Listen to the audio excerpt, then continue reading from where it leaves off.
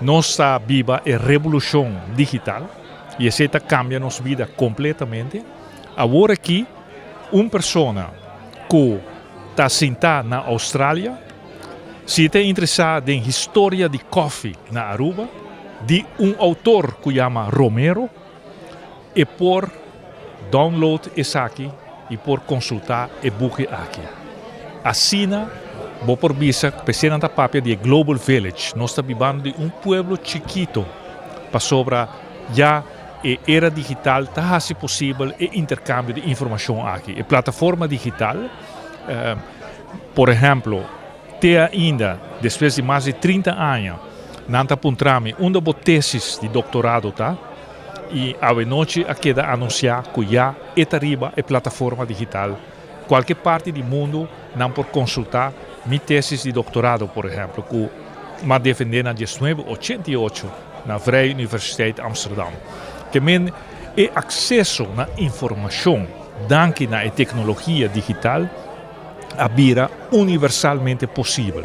Então, eu estou sumamente contente que a nossa Biblioteca Nacional a aceitar o reto aqui e nosso governo está trabalhando em e-governance e onde me promete ponto de manejo da digitalização da ensinança para sobre emocionante que está crescendo agora que está crescendo em era digital, vou por visa que não tem toda informação de na mão. E esse está o futuro e pensei me está sumamente contente com nossa Biblioteca Nacional agora que está na altura de era digital, lançando a plataforma digital que tu ainda pode ver no website da biblioteca e assim aqui por dado momento tem acesso na catálogo que tinha aqui não e dado momento também na tour e-book não de nosso autor não arubiano que aqui produzir no último siglo não. É uma coleção assim valiosa que não assim diverso de tu sorto de book, de corans, de postcard, de chalanan, de tu cos, pro hopi ene portaina, não sabes que coleção tem. Eta onde escondi, pois nós não tá fia, mas tanto tá investigador não tá fazendo uso de coleção, estudante não tá fazendo uso de coleção.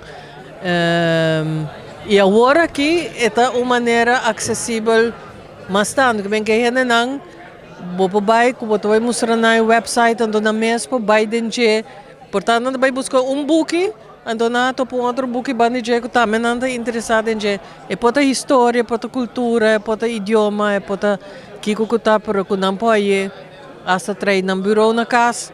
Of não manda bisa na na Holanda, você vai na website, bota lá quanto informação nós temos na Aruba.